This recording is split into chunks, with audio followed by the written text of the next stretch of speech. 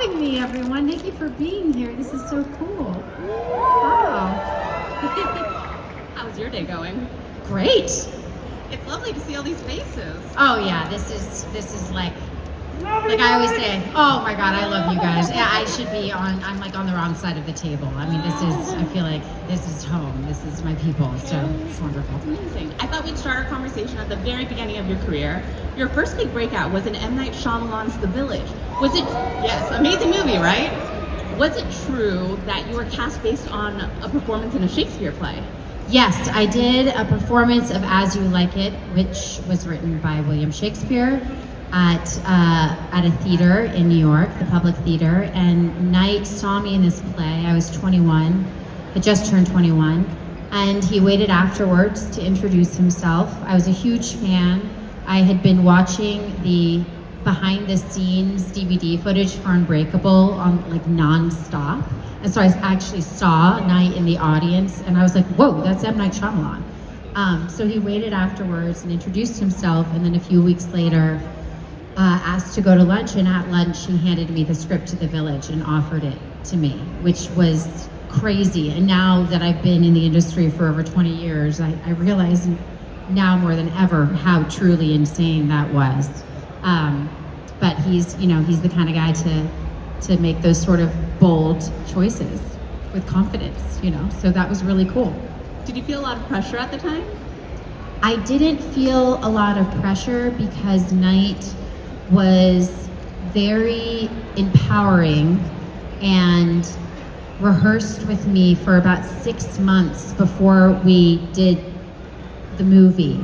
And so I was very, very, very prepared because of the time that he took with me. And I was used to sort of being like the director's little buddy because I was always following my dad around growing up. And that sort of just like immediately transferred in my relationship with Knight. Like I was the director's little buddy, and so I would just be there as he was doing other meetings and whatnot. So I felt very included and very in the know, and never like a meat puppet. Actors can sometimes feel like meat puppets, and that was never the case with Knight. And so I didn't feel overwhelmed, surprisingly. Also, the other actors were so inclusive and wonderful. I mean, Sigourney Weaver who's such a legend, was so protective of me as a young woman in my early 20s, and so it was very cool. Sounds like an amazing experience. Since we're at LA Comic-Con, we have to talk Spider-Man 3. Yes, please. Yeah. What is your strongest memory of that experience?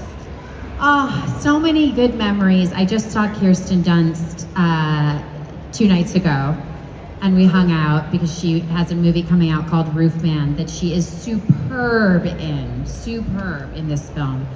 And we were just, we were reminiscing for sure. I mean, it was a really, I remember being a part of Spider-Man 3 and thinking to myself, wow, it's so cool how the crew and the actors have become almost like a company, like a band of like a little circus where they know what their show is, and they come together, and each time they want to dazzle the audiences more. And I was really impressed by Kirsten's involvement in it, of course Tobey's involvement in it. Sam Raimi is unbelievably collaborative and inclusive, and just their enthusiasm and their collective focus on creating something that delivered for audiences really inspired me. And I just, at that point, I was like, I'm just gonna make it my mission to try to be in movie 1 of a franchise. And it wasn't movie 1, it was Jurassic Park 4, technically.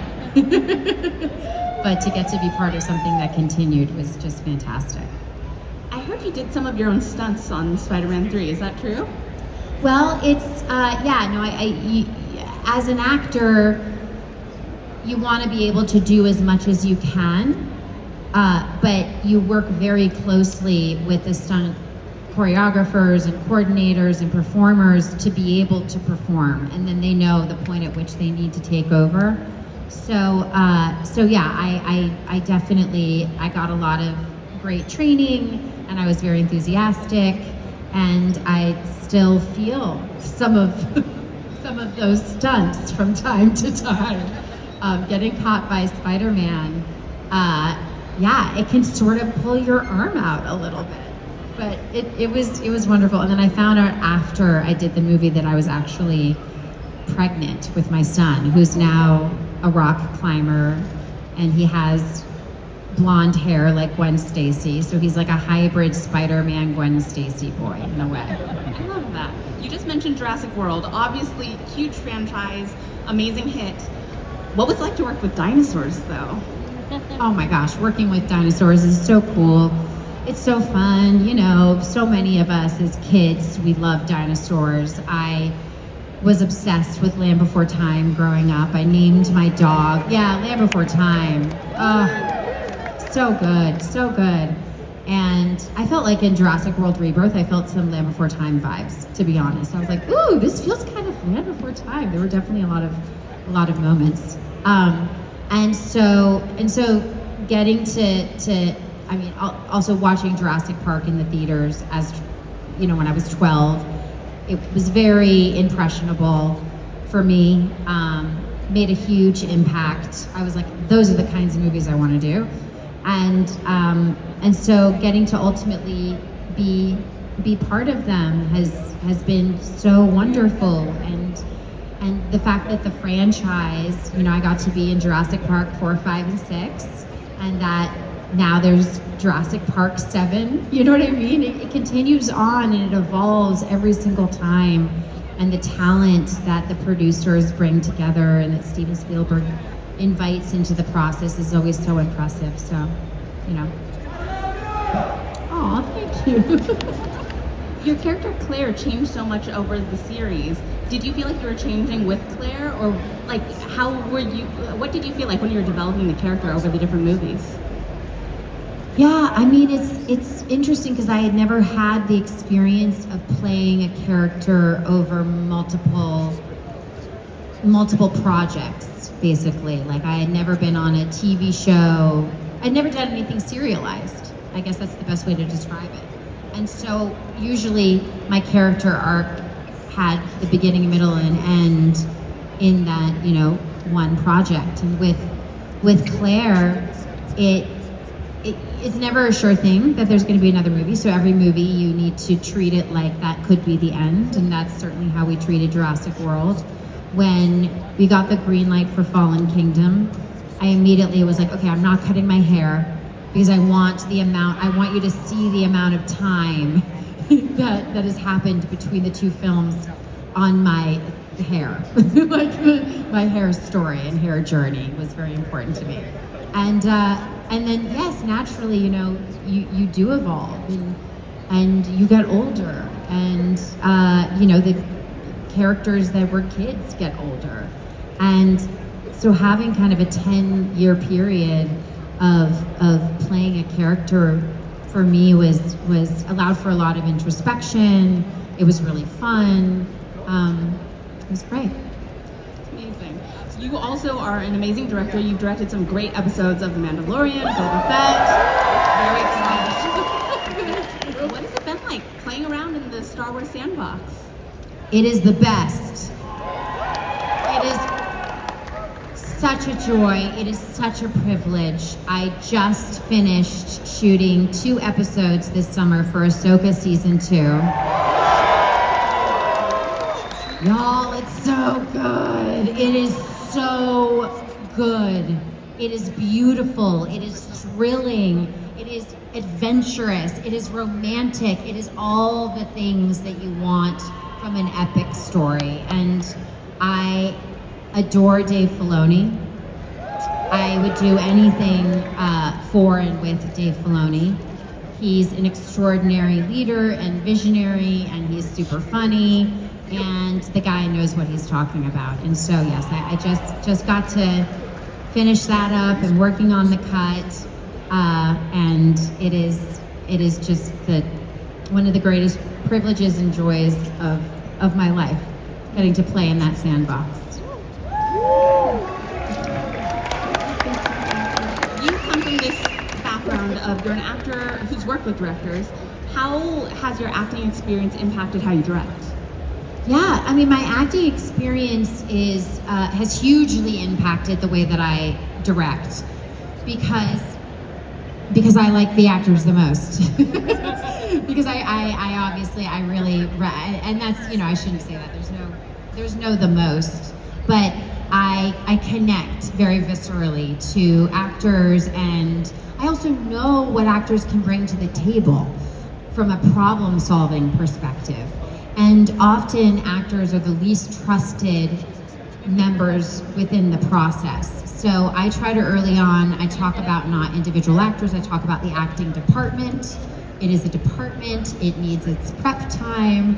And I think for me, getting to just really focus in on everyone just doing their best and bringing their all to the table is, I think, my first and foremost my job as a director when I'm there, because I do believe I believe in a lot of supernatural tenets, maybe not to a too much of a woo-woo point, but I do believe what actors are capable of does lean into the supernatural. It is shape-shifting.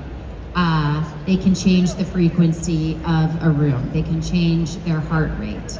And so it's thrilling to get to really, really, really lean in on that, especially in something like Star Wars, because from a genre perspective, there are so many wish fulfillments that are getting fulfilled. And so within that, if there can be a performance that just hits you at your core and just makes you laugh from a genuine place, or makes you fall in love, or makes you genuinely worry, or, you know, feel scared, that's what I'm always looking for. And it always comes back to truth within the performance for me.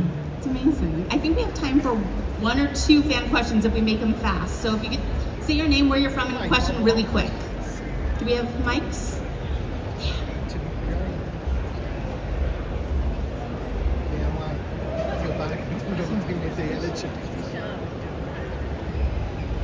Hello, my name is Steven. So I'm kind of curious, what's some of the best directing advice you got from your dad? Oh my goodness. Well, I've gotten a lot of great advice from my dad, more through how he operates in the world than sort of prescriptive advice that he's giving me. Oftentimes I'm trying to solicit advice from him and he's like, oh no, it'll be easy. You'll figure it out, you know. Don't let me mess up your perspective on this. It's just best if you go in this, you know, into this and kind of discover it on your own. But that said, I grew up on movie sets. I was so lucky, and that's not the case for every kid who's growing up in the business. I mean, because my dad was the director, he was in a position where he was allowed to have his kids on set. And because he grew up himself as a child actor, he was mentally thinking that, oh yeah, it's normalized for your kids to be on set. And so just getting to grow up in that environment, watch how he collaborates, watch how he is as a storyteller and as an artist, and how he evolves, and how he continually surrounds himself with individuals who challenge him and elevate his work. I think it's been through example. It's been through example. But then there's also just a lot of great truisms that he'll just drop from time to time. That's very helpful. But I would say, going back to the actor thing, he says that 80% of directing is casting the right person and then letting them do their thing. Thank you so much for your question. I think there's one right here. Rick from Whittier, California. With Robert Redford's passing, what are some of your fondest memories having worked on Pete's Dragon with him? Yeah, I got to work on Pete's Dragon with Robert Redford, the great Robert Redford, and he played, I played his daughter, he played my father, and we were shooting in New Zealand, and we had a lot of scenes doing two things. One was walking through the forest together, talking, and the other were scenes in a car.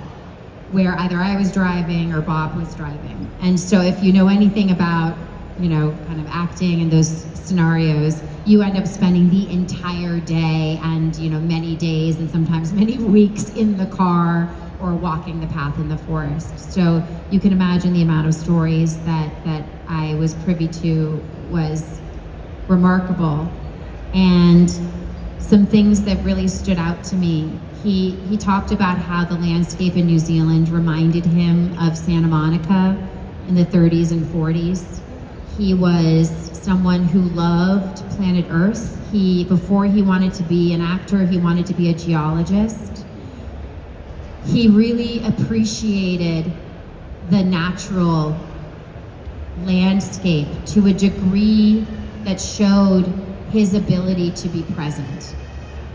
He had a beginner's mind. He was so curious. The technology that David Lowery was using on Pete's Dragon was in association or in collaboration with Weta, which was created by Peter Jackson. And Bob was constantly asking questions. What's that? Why are you putting that marker there? What does that do? And lastly, what I'll say is that there was on his drive to work every morning, there was a horse that he would drive past, that a lot of us would drive past, and something didn't quite feel right about this horse. And Bob identified it pretty fast, that the horse was being abused and neglected, and tried to figure out if he could get some people there to kind of help this horse out, and eventually took it upon himself, and he physically himself went and saved that horse and set that horse up at a sanctuary. And then he liked to say that he stole a horse, which he kind of did, I guess. And he saved the horse. So it was an honor to get to work with him. It was enlightening because we often think about these people as being almost like gods. And then when you spend time with them, you're just like, yeah, he's smart and he has excellent common sense and he's beautiful and all of those things. But really, everything that he did came from his heart and his love of something, whether it's love of emerging storytellers or love of the planet or love of community building or love of good story well told. Bob committed himself to making sure that was possible, not just for himself and his peers, but for anyone who had that dream themselves. And that's why he created Sundance, and that's why he made the movies that he did, and that's why he was the way that he was with me. Someone at the time in my early 30s, directing some, acting some, really curious about what a guy like him had to say. And he was generous of spirit, and he touched every single person who he interacted with in that way. And so it's just a reminder for us all, we don't know what paths we're on. We don't know in what way people are intimidated by us. It's likely that people are in some way, shape, or form. You might be surprised. And if you can lean into genuine connection and kindness in every possible moment and finding ways that you can be in service and be of service to others with your knowledge, with your expertise, with your access.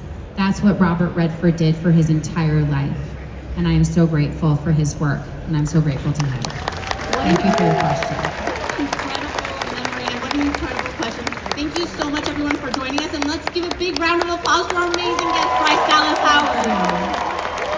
Thank you for being here. Thank you for loving movies and shows and stories and all of it. It's really fun. Thank you, guys.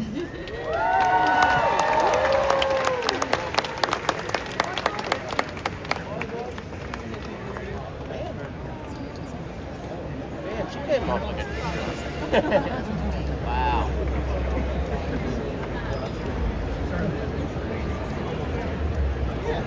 Ron Howard went to his former high school.